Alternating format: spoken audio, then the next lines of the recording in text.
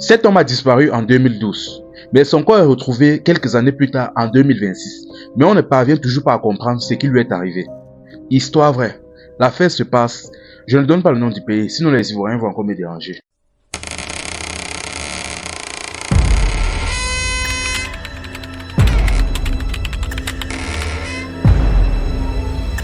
Déjà, voici l'homme en question. Ici, on va l'appeler Sako. Déjà, l'homme en question était chauffeur de moto-taxi. Mais il se démarquait de la plupart des autres chauffeurs taxi parce qu'il était toujours propre. Il était toujours bien habillé, toujours propre. Et la moto qu'il conduisait était toujours clinquante, toujours neuf. Tellement que ses collègues ont commencé à le jalouser. Chacun se disait que mais il fait ça comment? Comment ça se fait qu'on conduit, on fait le même travail, on conduit la même moto, mais tout le temps il est toujours avec une moto neuve, il est toujours propre. On roule ensemble, on entre ensemble dans la boue, mais il est toujours propre. Ses collègues ont commencé à le jalouser comme ça, sans raison. Bon, l'homme dont lui, quand il travaillait, il avait l'habitude souvent de travailler surtout de nuit. C'est-à-dire, il travaillait, il rentrait souvent à 3h, 4h, 5h du matin. À cause de ça, donc, ça a commencé à inquiéter sa femme. Un jour, elle s'est assise, elle lui a dit, franchement, Sako, franchement, il faut arrêter.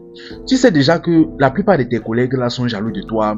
On te voit derrière des mauvais yeux et tu sais qu'aujourd'hui, le déo n'est plus comme avant. C'est très mauvais. Évite de rentrer tard comme ça. Quelque chose va finir par t'arriver. Si c'est ce que la jalousie peut faire sur certaines personnes, quelque chose va finir par t'arriver. Pardon, les histoires que tu rentres à 3h, 4h, arrête.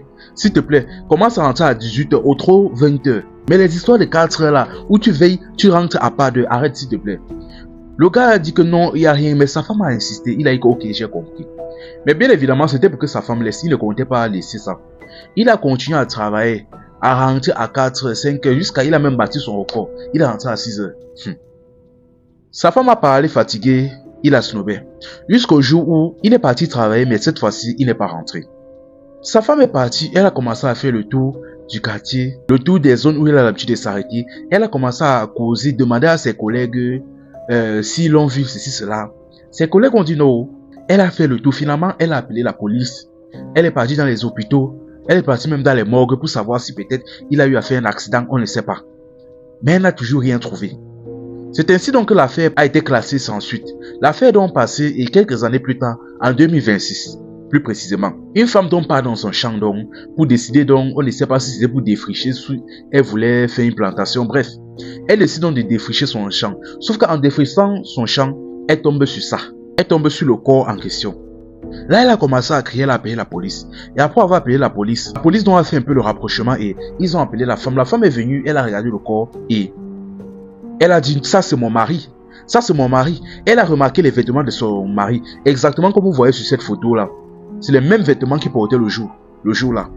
Maintenant le problème c'est qu'est-ce qui lui est arrivé concrètement. Pendant toutes ces années, qu'est-ce qui lui est arrivé. Donc là on ne parvient pas à comprendre. Et malheureusement, plus de 10 ans ont été déjà écoulés. De 2012 en 2026, plus de 10 ans sont déjà passés. Et c'est en Côte d'Ivoire. C'est pas comme au States où on peut suivre ses mouvements par caméra pour voir exactement ce qui s'était passé le jour là. On ne sait même pas si c'est lui qui lui a fait ça et même encore en vie. Ah franchement, juste pour vous dire que ceux qui ont l'habitude de travailler jusqu'à tard dans la nuit là, pardon. Si vous avez possibilité, s'il y a possibilité, arrêtez. Ou que de rentrer à 4h là, bête à vous attendre même 6h. 5h, 6h vous rentrez. Mais les histoires de minuit, 1h, 2h, 3h là, franchement c'est risqué. Mais selon toi, qu'est-ce qui lui est concrètement arrivé et qui lui a fait ça?